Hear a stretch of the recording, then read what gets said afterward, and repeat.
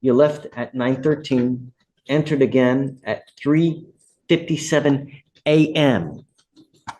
There was a curfew in this case, was there not? Yes, and if you would, Judge, if you're anything like me, you have a tank of goodwill that can run empty. And you've given us. Okay, pause for a second. This is already spicy. The judge is reminding him about curfew during a hurricane. That's like telling someone not to leave the oven on while their house is already on fire. But in court rules are More than we deserve in this case. Hurricane Beryl, this was the height of when Hurricane Beryl was coming through the neighborhood. Who in their right mind is supposed to be out in a hurricane at 4 a.m?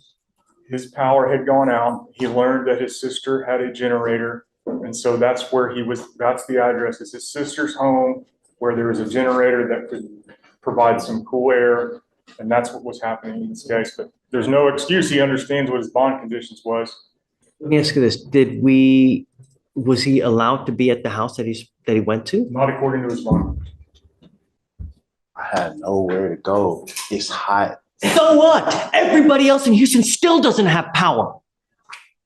1 million people still don't have power. Still, to this very moment. And they're dealing with it.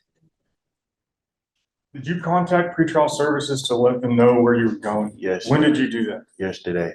Okay, but you didn't do it Days before you went. I called them. They wasn't answering the phone. Okay. I got pictures. I don't care about screenshots. calling Jesus. Yeah. It don't matter who you're calling and what's your excuse. You have bond conditions. This is not bond violations in 45 minutes of court time. That's not just a red flag, that's an entire marching band waving flags. At this point, the judge isn't just questioning his decisions, she's questioning her own patience. the first time. This is not the second time. This is not the third time that you've had bond violations. How many is This this? is the sixth time I've been here in the past 45 days. Am I supposed to let you go after 6 times? Mr. Stewart, Just a regular court date. you know, we all have to deal with very stressful situations. We are all under, we all deal with the stress, and really 1 million people still, or I'm got to imagine it's hopefully less now, I but still don't have lights. so many other people don't. Sure. But that doesn't give you the right to go where you're not supposed to go. And not only have I ordered you not to be out in the middle of the night, but the police and everybody else told you, stay at home. Don't go out in a hurricane. And yet you go out.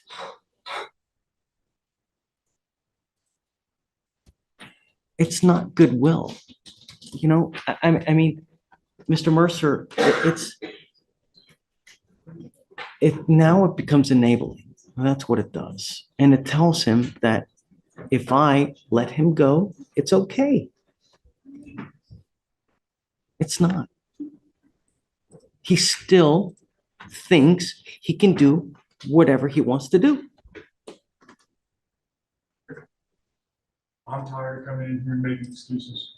What I've had to do is to remind myself. Look, if you want to withdraw from that case, you can withdraw and I'll appoint him a lawyer today. I'm not letting you go. It's not fair. Oh, Judge, I got asthma allergies. I'm literally sweating bad. I couldn't even breathe in the house. Judge, I could not.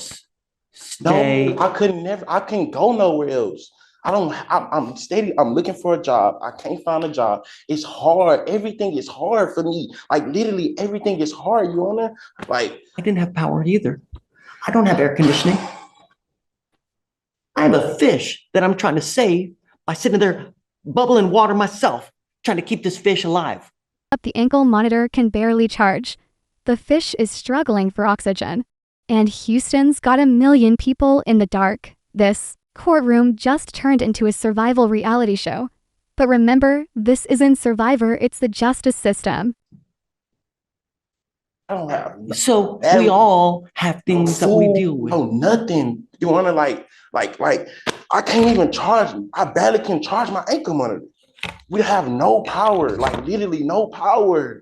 Go somewhere else. You don't go to the house that you're forbidden to. I don't have literally, I don't have nowhere else to go. I don't have family out here. I only have one person out here, one other person out here, other than my mom.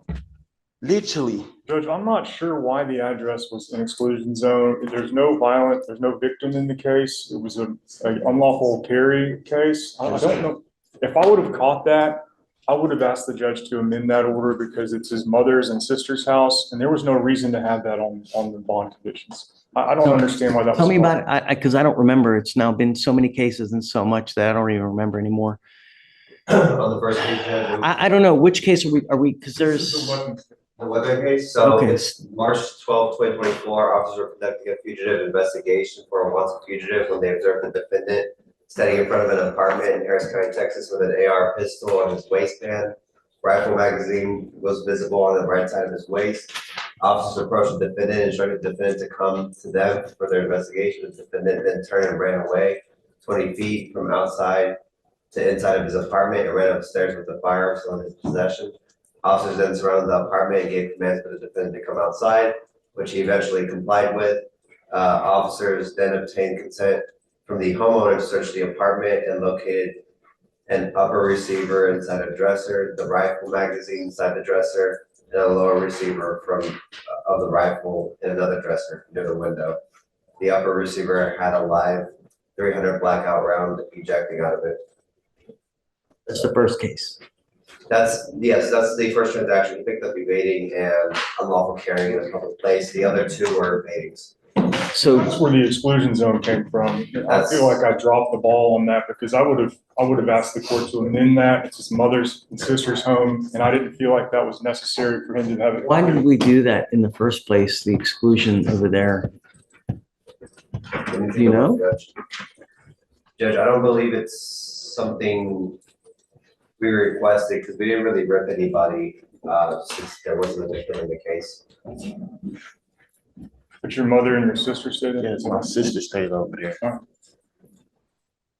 Since He shall not go to or within 500 feet of the drive.